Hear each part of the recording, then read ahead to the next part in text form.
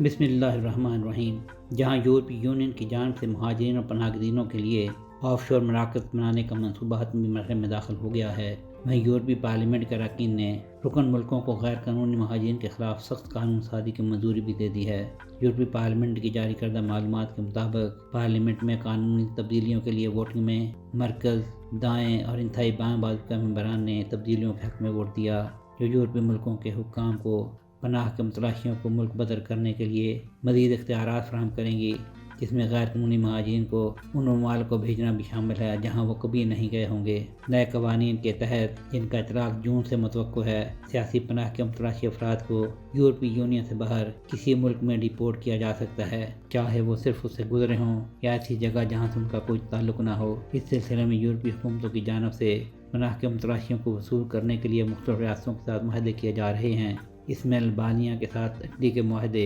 اور یوگنڈا کے ساتھ ڈچ حکومت کے ایسے لوگوں کی ملک بدری کے معاہدے کو اہم قرار دیا جا رہا ہے جن کے ہالینڈ میں پناہ کے دعوے مسترد کر دیے گئے ہیں۔ اسی ضمن میں ایک الگ ووٹ میں یورپی پارلیمنٹ نے محفوظ تیسرے ممالک کی یورپی یونین کی فہرست بنانے کے لیے بھی ووٹ دیا ہے، جس کے نتیجے میں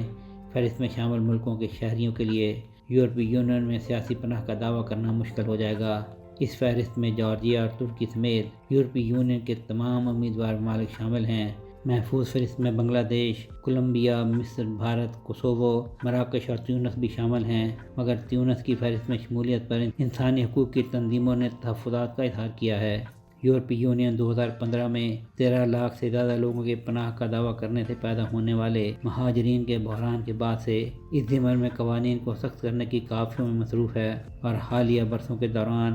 پورے یورپ میں قوم پرست اور انتہائی دائیں بازو کی جماعتوں کے انتخابی عمل میں آگے آنے کے ساتھ اس رجحان میں تیزی آئی ہے، جبکہ یورپی یونین کے رہنماؤں نے 2024 میں یورپی ملکوں میں پناہ کے متلاشیوں کی اپنے دعووں میں ناکامی پر ان کے لیے آف شور ریٹرن ہب کے تصور کی توثیق کی تھی۔ اقوام متحدہ کے پناہ گزینوں کے ادارے کے مطابق گزشتہ سال 2025 میں 1,55,000 افراد نے اپنی جان خطرے میں ڈال کر بحیرہ روم میں غیر محفوظ کشتیوں میں سفر کیا۔ اس دوران 1953 افراد ہلاک یا لاپتہ ہو گئے، جبکہ ہلاکتوں کا سلسلہ 2026 میں بھی جاری ہے۔